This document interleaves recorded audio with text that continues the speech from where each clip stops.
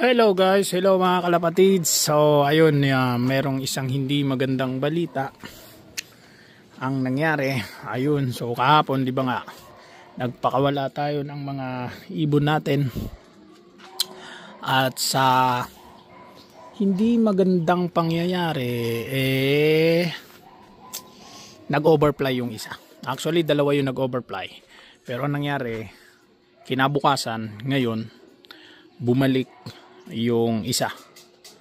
Ang problema, yung isa hindi na nakabalik. Ayun, lumipad sila patungo doon.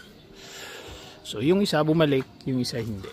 So ito yung mga pinakawalan ko kahapon.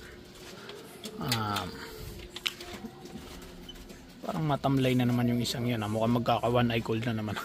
So ito yung mga pinakawalan ko kahapon. Itong white, itong checkered, at saka ito. And then ayun, yung grizzle white na yun. Ayan, yan nanunukang yan. Yan yung kasama nung nag-overfly. So ang nangyari, nag-overfly silang dalawa.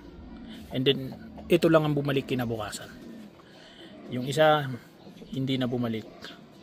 Hindi ko alam kung nadagit o naligaw. Pero basta hindi na nakabalik. So ganyan talaga, nangyayari talaga yan sa pag-iibon.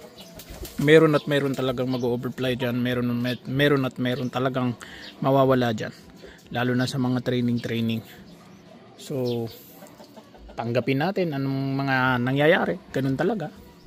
So ika nga ng mga kasama ko ang nawawala, yun ang hindi maganda. Pero meron naman po tayong good news. Dahil kahit na tayo ay nawalan ng ibon, kahit na meron nag-overfly sa atin, meron naman tayo mga bagong harvest. Okay. Actually itong mga bagong harvest na ito, hindi ito talaga galing sa mga ibon ko, kung hindi galing ito sa isang mabait nating tropa. So ito sila, dito ko sila muna nilagay. Ayan, kasi parang uulan ata. Feeling ko kasi parang uulan, although maliwanag siya, may araw, pero makulimlim. So ito, mga bago natin silang harvest, guys. Pakita ko sa inyo. Ayan, mga bagong harvest natin sila. So may mga bago ulit tayong YB. Okay, so sana bigyan tayo ng magandang lipad na itong mga to. Pero wag sana sila mag-overfly. So mga bago sila, at dito natin sila ikukulong kapag medyo lumaki-laki na sila. Kasi ang mangyayari kasi pagka nilipat ko kagad sila dito sa malaking kulungan, gugulpihin lang sila na itong mga to. Puro mga mandirigma itong mga to. So pansamantala, meron na kasi akong ginagawa dito na isang kulungan. So pansamantala dito muna sila, lilipat ko siya bandar yan, or aalisin ko yung saddle na yun, dito ko ililipat. And then itong mga to, doon ko ililipat sa malaking yon, kasi tatlo sila para maluwag sila. Actually yung malaking yan pang ko, kasi yan pang viewing ko. So pero dyan na muna sila. Okay, so baka bukas na lang ako mag viewing. Pero parang gumaganda naman na ata ang panahon, parang pwede ko na ata silang ilabas. So labas nga natin sila. Kala ko kasi parang uulan kanina. So sige, pasensya na kayo guys kung ganito ang camera ko, dahil wala kasi akong cameraman, or kaya habang nagsasalita ako, hawak ko yung aking cellphone. So ayan yung mga bago nating harvest, galing sa isang mabait na tropa. Okay, dito na muna sila. Mapaghanginangin sila dyan. Yan, dyan na muna sila.